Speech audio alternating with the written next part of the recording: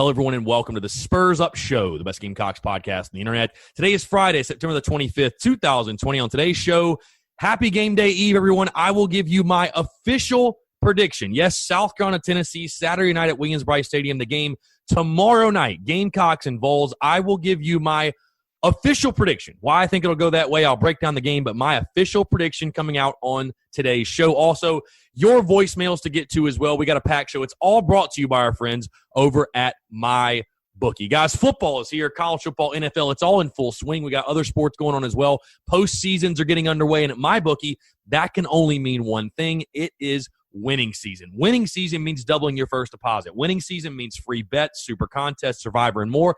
At MyBookie, winning season's all about your chance to win big. Guys, you can bet anything. Bet NBA playoffs, NHL playoffs, Major League Baseball, UFC, college football, NFL, anything and everything you can think of, you can bet on it. The craziest sports time of your lifetime is here. It's simple. Make your picks, win big, collect your cash. Invest in your intuition, select from hundreds of future bets, or you can bet games in real time with MyBookie's live betting. Put that big brain of yours to good use. Go to mybookie.ag. That is mybookie.ag and use the promo code Gamecocks. So it's very simple. mybookie.ag, promo code Gamecocks, and double your first deposit. Guys, new players get up to $1,000 in free play. So if you go to mybookie.ag, put in promo code Gamecocks, and you put in $1,000, guys, they are going to match that $1,000. They're going to give you literally a free $1,000 to play with. You cannot lose in that scenario. Honestly, you're either going to win your money or you're going to lose, and guess what? It's not going to hit your bank account. It's designed to add more excitement to the sports you love and the games you bet. Thousands across sports wagers, props, and parlays await. Sign up now to bet with the best and celebrate your victory. Again, that's mybookie.ag, promo code Gamecocks, mybookie.ag, promo code Gamecocks. Your winning season begins today only at MyBookie. Let's get it.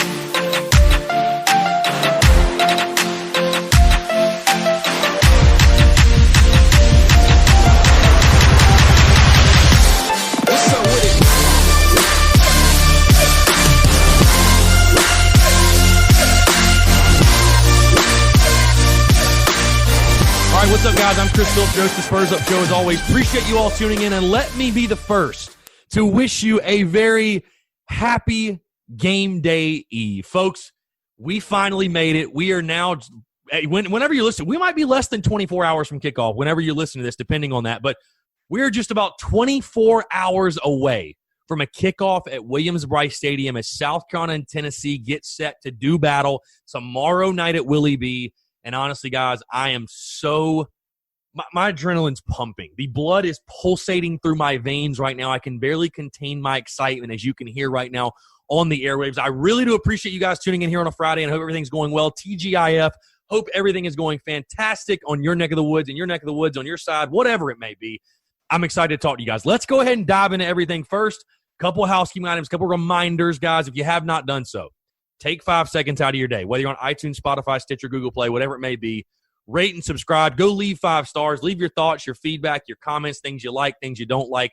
Again, does not matter what platform you're on. If you guys could take 5 seconds to do that, I would truly do appreciate it. Also, if you're not subscribed, hammer that subscribe button, guys. The daily podcasts are back. You want to get those daily notifications when the podcast drops. So, again, rate and subscribe, and I appreciate those who've already done so. Also, just want to let you guys know the Daily Crow has been a massive success this week, and if you're unfamiliar with it, 12 to 1 every single day on Facebook, Twitter, and YouTube. Daily Q&A basically for you guys, but has been a massive success. I am going to be going live with the Daily Crow pregame and postgame. So tomorrow, 6 to 6:30, I will take you guys' questions, give my last-minute thoughts on the game, and then immediately following the game, I will go live for probably 30 minutes or so as well, which that could be a lot of fun. That could be very interesting. But I just want to say I appreciate you guys tuning into that, obviously being very interactive, asking your questions. But the Daily Crow, yes, I am planning on doing pregame and postgame for every single game. So, and I will obviously, put that up or whatever. But tomorrow, before the game, 6 o'clock, I will be going live, taking you guys' questions. It's going to be a lot of fun. Last thing really quickly, where will I be doing it from? Overtime Bar and Grill. The watch party, if you did not know, if you have not heard, throwing a watch party at Overtime Bar and Grill tomorrow night. Doors at 5 or 5:30. Whenever you want to show up, like I said, I'll do that live show at 6. Kickoff, obviously, at 7:30. There's a ton of great specials, food and drink. Going to be a blast. So if you guys need a spot to watch the game, if you're in the city, it's free admission. You cannot beat the specials anywhere in the city. Come on out to Overtime Bar and Grill. It is where the Spurs Up Show will be. All right, let's go ahead and dive into it. My first prediction of the 2020 football season. I know all of you guys have been asking me all week, Chris, who are you taking? Who are you taking? And I've obviously saved my pick. I've saved my prediction for this moment, and we're going to dive into it. So, I talked on yesterday's show, obviously, the key matchups and the keys to the game. And, looking at this football game, I'm so ready for kickoff tomorrow because, all we've been doing, it feels like we've been breaking down this game for like over a month. We've just been talking about, ever since we found out the schedule, we've been talking about this South Carolina Tennessee game, the ins and outs of it, and what needs to happen, this and that, whatever. Obviously, a lot has happened since then, since we found out South Carolina was playing Tennessee. Colin Hill has been named QB1. Marshawn Lloyd has gone down with a season-ending injury. Like, a lot of things have happened. When you take a look at this game, and it's like I said yesterday, the first place that I look in this game is the line of scrimmage. You have to start at the line of scrimmage in this one. We've all seen, again, the graphic, which I've referenced multiple times. We've all seen, though, what Tennessee returns up front. They have 4 5-star guys on their offensive line. I'm not 100% sure if Cade Mays is going to be eligible, even if he's not. They've got a ton of talent. They're a big, physical offensive line. And I think their 5th O-lineman's like a 6th-year senior. So they're extremely talented on the line, and it's probably their best unit on their entire team. You look at South Carolina on the defensive front, who I think has a ton of talent, but you have to replace Javon Kinlaw, which is why I cited Zach Pickens against Trey Smith or whoever he goes up against as one of the most pivotal matchups of the game tomorrow. South Carolina, a team, Colin Hill, your starting quarterback. Who, honestly, guys, I think Colin Hill is going to play well tomorrow. I don't know. For whatever reason, people I've talked to who are behind the scenes, closed doors, that have watched him in scrimmages, they feel very, very good about him. And so I expect Colin Hill. I don't expect him to wow or anything, but I do think he plays an efficient style of football. And I do think he moves this offense. Now, again, I'm not saying they score 30, but I'm saying I think Colin Hill is going to play a solid game tomorrow night. I think there are matchups in this game that South Carolina can win. I think I really like South Carolina's secondary against these Tennessee wide receivers. They lose some key pieces from last year's team that South Carolina, thank God, does not have to see again. You don't have to worry about. One of my other key matchups that I didn't mention yesterday, because obviously you could just go down the list of these matchups, but Ernest Jones, Sherrod Green, that linebacking core against Eric Gray and Ty Chandler, the running backs from Tennessee, because I think Tennessee, these two teams are very, very similar. These two teams are very similar in kind of, I think, what they want to do and what their goal is going to be tomorrow night. Both teams are going to try to establish the run, bottom line. Both teams have good offensive lines. I would say Tennessee's is a little better, but I like South Carolina's offensive line. I really do. Now, Tennessee certainly has the nod at the running back position. But, I think South Carolina has enough serviceable bodies to be fine, okay? I think they have enough serviceable bodies to be fine. But both teams are going to try to establish the run. And I talked about it ad nauseum yesterday, but I'm going to stress it again. This game's going to come down to line of scrimmage. It really is. And I know it sounds boring and it's not flashy and it's not fun. It's fun to talk about, let's talk about wide receivers and let's talk about running back. But at the end of the day, this game will be one in the trenches, like most are. This game will be one in the trenches.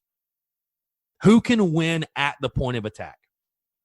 Again, South Carolina loses Javon Kinlaw. I expect Zach Pickens to have a big game. You talk about Jabari Ellis. You talk about Keir Thomas. You talk about Rick Sandage. I think those guys should be able to hold their own.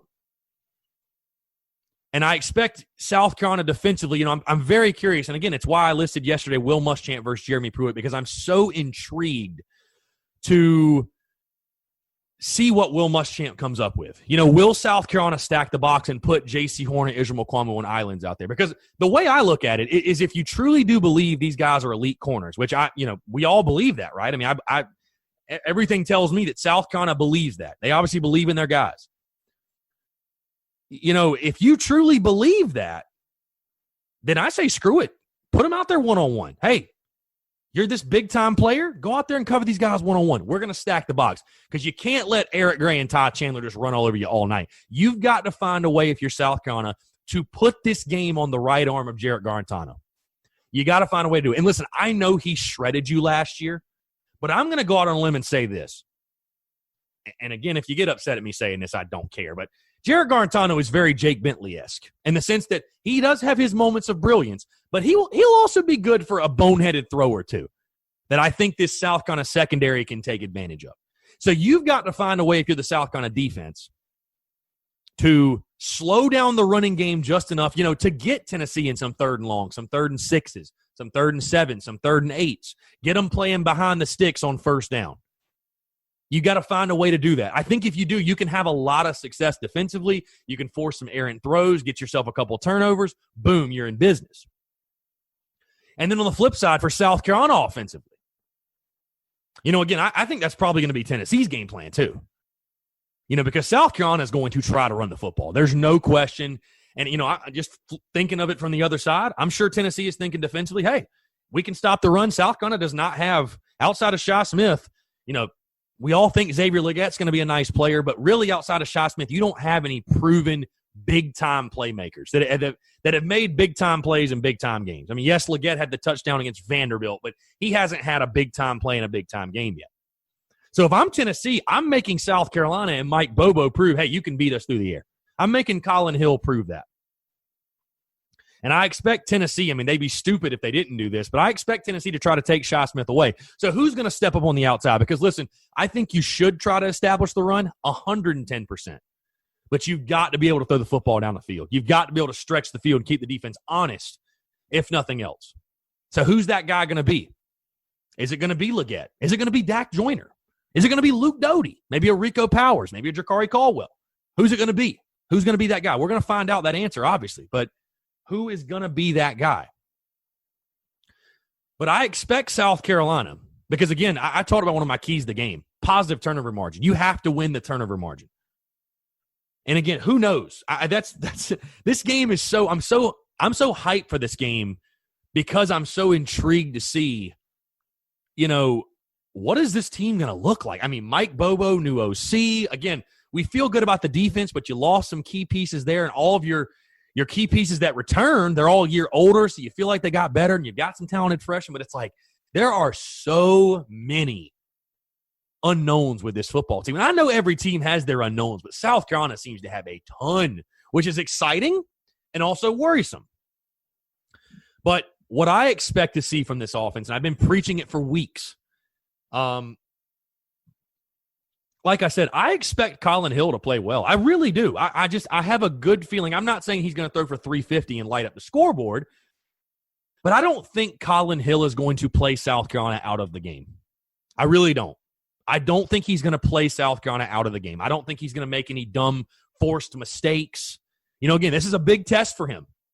He played a little bit against Arkansas last year, but I would say this is his first legit SEC game. Especially when you think of Arkansas and their defense compared to Tennessee's defense, it's no comparison. So this is a big test for Colin Hill. I'm expecting South Carolina. I've said for weeks, I expect it to be a very efficient offense, an offense that, is going to pride itself on not turning the football over, not shooting itself in the foot, and it's not going to put its defense in bad positions. With that being said, I certainly do think South Carolina is going to take some shots. You have to. You got to find a way, get creative, whatever you got to do. I think they'll take some shots down the field. Again, I expect Colin Hill to be very good with the football. I expect him to be very careful with it. I don't think he's going to put it in harm's way. If the check down's there, I think he's going to use it. I think he's going to be that guy. I don't think you're going to see him, maybe not so much the gunslinger mentality, but again, I think he'll go downfield because I've heard from different sources and stuff that talk about Colin Hill, and they say this kid's got an NFL arm. There's some people that say that. Now, does he? We'll find out tomorrow night, and we'll find out this season. But I expect this Gamecocks offense to be somewhat methodical, nickeling and diming down the field. I'm not expecting anything crazy, anything's going to blow you away. But to get to the point, my prediction for this game tomorrow night, I've talked about what I expect on both sides from both teams. Again, we talked about the importance of this game, not just for South Carolina, but both programs. This game's massive for Tennessee and for South Carolina. Tennessee just extending Jeremy Pruitt, giving him a contract extension. That's going to look mighty foolish if they lose this one, right? But I think when you take a look at this game, again, I do think South Carolina can hold their own in the trenches. I do. I really do believe in this Gamecocks offensive and defensive line. I do believe that South Carolina's defense can have success, especially getting the ball off of Jarrett Garantano. I really do believe so. The question for me comes back to offense. Does South Carolina have enough offensively to score enough to win? I mean, that's really what it comes down to. And so as you guys know, in the offseason, when I gave my official predictions for the season, I picked Tennessee to win this game, 23-17. That was my final score prediction. I'll be honest with you guys. You lost Marshawn Lloyd, and Colin Hill is named QB1. There's really nothing that happened this offseason that is going to change my prediction very much. I think right now, again, you get it at home, but it's not a packed Willie B. You got 20,000 people. It's not going to be the same. I do think those 20,000 will be raucous now. Don't get me wrong, but it's not going to be the same. We can't pretend like it's going to be the same. I think right now these two teams are very, very close to each other. They're very even, but right now I think Tennessee does have less question marks offensively than South Carolina. It's going to take a few weeks for this Gamecocks offense to really get rolling. I just believe that. I think it's going to take a few weeks. And again, I've told you guys, this is a coin flip game. It really is. This game could go either way. It would not shock me at all, no matter who wins the football game. But right now, with the question marks South Carolina has at all of the skill positions, we're talking wide receiver, we're talking running back, you've got a brand new quarterback, you've got a brand new OC. And you're replacing your center, by the way, which, again, I think the O-line will be good, but that's something to watch, too. Eric Douglas in there, his first start at center on the year. You got to replace Donnell Stanley. That's a big replacement. So right now, because of that, because of the questions South Carolina has offensively, I think Tennessee is going to have just enough to edge out South Carolina, and it pains me to say that. And obviously, I don't want that to happen. I don't want to be right. But right now, I think Tennessee has less question marks than South Carolina offensively, and I think that'll be the reason they'll win the game. I've got Tennessee pulling it out tomorrow night at Willie B. I've got them 24-20. Volunteers getting the W. Again, I think it's a back-and-forth game. I think it's certainly a fourth-quarter game. There's no question. I mean, I could see it being like 17-17 or maybe even 20-17 USC going into the fourth quarter. I think it's a fourth-quarter game 110%. But like I said, right now, Tennessee is solid defensively as well for sure. Let's not sleep on Tennessee's defense. They have a good defense. They've got, I think, 4 seniors or 5 seniors, and they're 2 deep on the defensive line. They're a good defense. Protecting Colin Hill will be of utmost importance because, obviously, again, we know his injury history. Not a mobile guy. You got to keep him upright. But, again, I just think breaking in everything you're breaking in offensively for South Carolina, I just don't expect this offense to come into the first game clicking on all cylinders. And, again, it's unfortunate because in the old schedule, you had Coastal, you had ECU, you had some time to get things rolling. Tennessee, and then even week 2 at Florida, that's not the teams you want to get your offense warmed up against. You know what I mean? So, again, I think it's a back-and-forth game. I think it's a very close game. And, again, I would not be shocked if it was 24-20 South Carolina. I really wouldn't. I really wouldn't. It's really going to come down to just who makes fewer mistakes. And that might sound obvious to some of you. But in a game like this especially, that's what it's going to come down to. But I just think right now, with the questions South Carolina has offensively, I do think Tennessee has less question marks than we do. And for that reason, I've got them getting the 24-20 win. So that is my prediction. Again, I'm hoping and praying that I am wrong. I'm hoping and praying that I am wrong. And again, it would not shock me either way if South Carolina was to get the W. It really wouldn't. So that is my prediction. Again, Vols 24, Gamecocks 20. send your hate tweets at the Spurs Up Show or at CPhilly19. I'll gladly respond. I'd love to have the banter with you guys too, and I'm sure we'll have it on the Daily Crow today. But that is my score prediction right now: 24-20 Tennessee. All right. Before we end the show, I missed a couple of listener voicemails for yesterday's show. I apologize on that. So let's go ahead and knock these out, and then we'll close up and go into the weekend. Hey, what's up, Chris? Just wanted to say, love the show, man. Love what you do. Love the grind that you got. But look, here's my prediction for the game this weekend.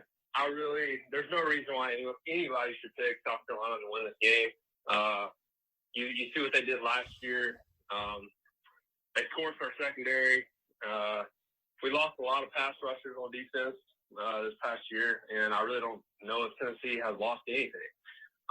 So really my prediction for the game is 31-17 Tennessee. I think our offense gets rolling late in the game and just can't come back from that deficit. So, but anyways, looking forward to it on Saturday, and go Cox.